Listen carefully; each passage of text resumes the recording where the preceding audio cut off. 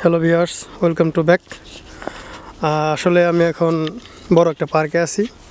Park বলতে ভুল হবে, এটা একটা ফরেস্ট। আর আপনারা দেখতে পাচ্ছেন আমার সামনে যে গাছগুলো, অনেক গাছ আছে, কিন্তু এর মধ্যে কিছু কিছু গাছ আছে যেগুলো পড়ে রয়েছে। কিন্তু আসলে এগুলো কীভাবে পড়ছে এগুলো আসলে কেউ বলতেও পারবে না, কারণ দেখা যাইতেছে যে একটু গাছে একটু হালকা বাতাস লাগছে, কোনো গাছের গোড়া নরম, সে কারণে পড়ে গেছে। আপনি একটু খেয়াল করে দেখুন, এই যে একটা গাছ, কত বড় একটা গাছ এখানে, বাট এটা পড়ে গেছে। কবে পড়ছে কেউ জানে না।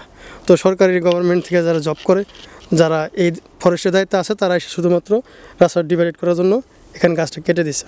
সো এখন সবাই চলাচল করতে পারে। আপনি একটু দেখেন যে গাছটা কত বড় ছিল, গাছটা অনেক বড় ছিল, কিন্তু এইভাবে থাকবে আস্তে আস্তে বরফ পড়বে, স্নো পড়তে পড়তে একসময় দেখা যাবে গাছগুলো পচে যাবে। আপনি একটু সামনে দেখেন, এই যে একটা গাছ, এই গাছের গোড়াটা কত বড়, কিন্তু মানে দুর্ভাগ্যবশত এই গাছটার যে শিকড়গুলো আছে, শিকড়গুলো অনেকটা ডিপলি না, সেই কারণে এই গাছগুলো একটু ঝরিয়ে একটু বাতাস আসলেই গাছগুলো পড়ে যায়।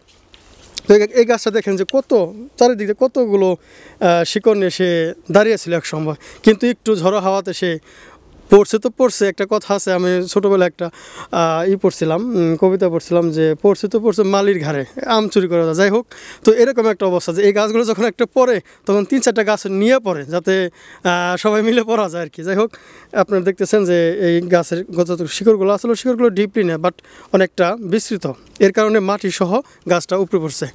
আর দেখেন, গাছটা আপনার অনেক বড় একটা গাছ ছিল, প্রায় কি বলে 3-4 তলা বিল্ডিংয়ের সমান হবে।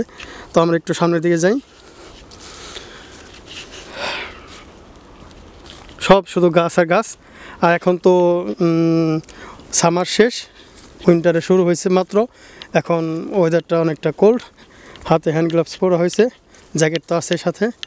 সো আপনি একটু দেখেন, খেয়াল করে, আমি সামারের শেষ প্রান্তে চলে আসছি। এখন কিছুদিন পরে স্নো পড়বে, তো এই কারণে আজকে আমার ভিডিওটা করা।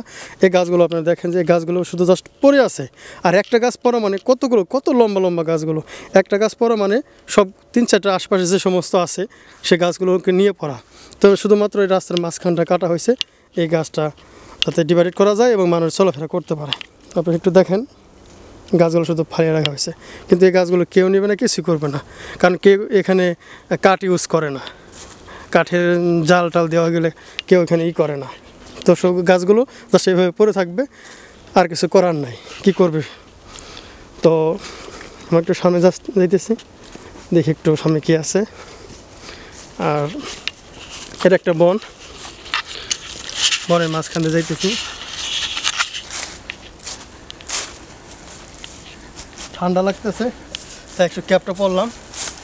তো অনেক এখানে কয়েক পদের গাছ আছে, তার মধ্যে দেখা যাচ্ছে যে আপনার আসলে গাছের নামগুলো আমি জানি না, কিন্তু কিছু কিছু গাছ আছে যেগুলোর গাছের পাতাগুলো লাইক দ্যাট, এটা যে গাছ, এই গাছের যে পাতাগুলো আছে, এই পাতাগুলো কখনো মানে পড়বে না এবং পেকে যাবে না। সো এটার উপর বরফও থাকে, তাতে এই গাছটা মরবে না এবং গাছের পাতাগুলো ঝরে পড়বে না। আর যখন এই গাছের আসলে এই গাছগুলো বলতে পারা যায় যে আপনার 25শে ডিসেম্বর একটা হিন্দু খ্রিস্টমাসের ডেট আছে, ওই ডের মধ্যে যে আপনার যে গাছগুলো থাকে ঝাড় গাছের মতো, ওই গাছগুলো এগুলো গাছ। আপনি একটু সামনে দেখেন যে কত গাছপালা শুধুমাত্র পড়ে আছে, কিন্তু এখানে কেউ কাটার নাই, কেউ নেওয়ার নাই, কিছুই করার নাই। এই গাছগুলো ওইভাবেই থাকবে। মাঝে মাঝে সরকারি কর্মকর্তারা এসে গাছগুলো কেটে রাস্তাটা পরিষ্কার করে দেবে। দেখেন আপনি কত সুন্দর সুন্দর গাছগুলো পড়ে রয়েছে, কিন্তু কেউ দেখার নাই, কেউ কিছু করার নাই।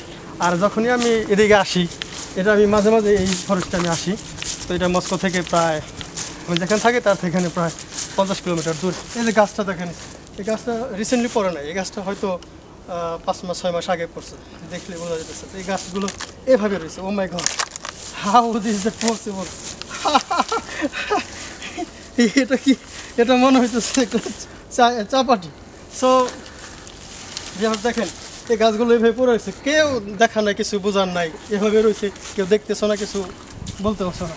সো গাছটা দেখতেছেন, গাছের কোনো ডালপালা নেই, কত বড় গাছ একটা পড়ে রয়েছে। তো আমরা একটু সামনে যাই, গাছপালা দেখতে দেখতে আমার খুব ভালো লাগতেছে। আর এখানে ন্যাচারাল বিউটি আমার কাছে মনে হয়, কারণ মস্কোতে থাকে সবসময় বোরিং ফিল করি, গাছপালা নাই, কিছুই নাই।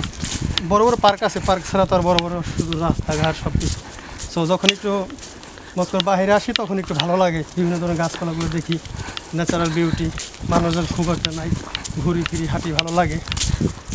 একটা মানে নিঃশ্বাসে একটা প্রশান্তি আসে। তো দেখেন সামনের দিকে তো মনে হচ্ছে আরও অনেকটা ডিপলি বন পাওয়া যাবে। তো এদিকে হাঁটতেছি আর আই থিঙ্ক কিছুদিন আগে একটু বৃষ্টি হয়েছে, সো এর কারণে একটু গাছের পিছনে আর গাছ আপনারা দেখতেছেন যে কোনো গাছে পাতা না। 10 দিন আগে এই গাছে সমস্ত গাছে পাতা ছিল কিন্তু পাকা ছিল, কিন্তু এখন আপনারা নিচের দিকে তাকিয়ে দেখেন সব পাতাগুলো ঝরে গেছে। ইভেন বৃষ্টির কারণে সব পাতাগুলো পচে গেছে। তো যাই হোক, এখন যেগুলো দেখতেছেন প্রায় 7 থেকে 10 দিন পরে মেবি কোনো পড়বে আর এই সবগুলো ঢেকে যাবে, শুধু সাদা আর সাদা, কোনো গাছপালার কোনো সবুজের কোনো ছোঁয়া পাইবেন না, পাতার কোনো পাতার কোনো কালার পাইবেন না, সমস্ত শুধুমাত্র সাদা আর সাদা। আর আমি আরেকটু দেখতে পাচ্ছি সামনে যে এটার যে একটা বন, এই বনের পরে যার একটা বন আছে ওইটার একটু ভিন্ন টাইপের, ওটা তো আবার অন্য টাইপের গাছপালা, কিন্তু সব প্রায় গাছগুলোই একই রকম। এই গাছের যে গাছগুলো আছে সব গাছগুলো আপনার লম্বা লম্বা হওয়ার কারণে এটার যে শিকড় থাকে শিকড়গুলো খুব একটা ডিপলি না হওয়ার কারণে হলো কী হয়, সেক্ষেত্রে দেখা যায় যে আপনার একটু বাতাস আসলে পড়ে যায়, আর পড়ে যাওয়া মানে তো বুঝেনি যে একটার সাথে আরও 3-4টা নিয়ে পড়ে, তো কিচ্ছু করে না, কারণ গাছ তো অনেক অ্যাভেলেবল গাছ, তো গাছ অনেক থাকার কারণে একটার সাথে আরেকটা ঝাঁকি লেগে পড়ে যায়। সো আপনারা একটু দেখেন সামনের দিকে, কিছুক্ষণ আগে একটা দেখে আসলাম, এই একটা দেখেন এই গাছগুলো কী সুন্দর ছিল, কত লম্বা লম্বা গাছ ছিল, বাট দেখেন গাছগুলো পড়ে গেছে, কত সুন্দর মাটি টাটি নিয়ে পড়ে রয়েছে, কিছু করার নাই। তো এখানে দেখতেছেন আবার সামনের দিকে আছে, দেখেন সামনে একটা বড় একটা গাছ, সামনে যে বড় গাছ আছে এটা আর একটু বড়। তো এই গাছটা দেখেন কত সুন্দর হয়ে পড়ে গেছে, কিন্তু যদিও খারাপ লাগে গাছগুলো পড়ে গেছে মারা গেছে, কিন্তু তারপরে দেখতে অনেকটা সুন্দর লাগতেছে, কেমন মানে এত মানে কী বলে এত বিস্তৃত করে মাটি নিয়ে এসে পড়ে রয়েছে। সো আর অলরেডি আমি বিকালের দিকে আসছি, তো একটু পরে সন্ধ্যা হয়ে যাবে আর ওয়েদারও একটু কোল্ড হয়ে গেছে। সো আমি আজকের মতো বিদায় নিয়েছি, ইনশাআল্লাহ আমাদের সাথে থাকবেন, পরবর্তীতে আপনাদের আরও ভালো ভালো জায়গায় নিয়ে যাওয়ার চিন্তা ভাবনা আছে। আল্লাহ হাফেজ, থ্যাংক ইউ।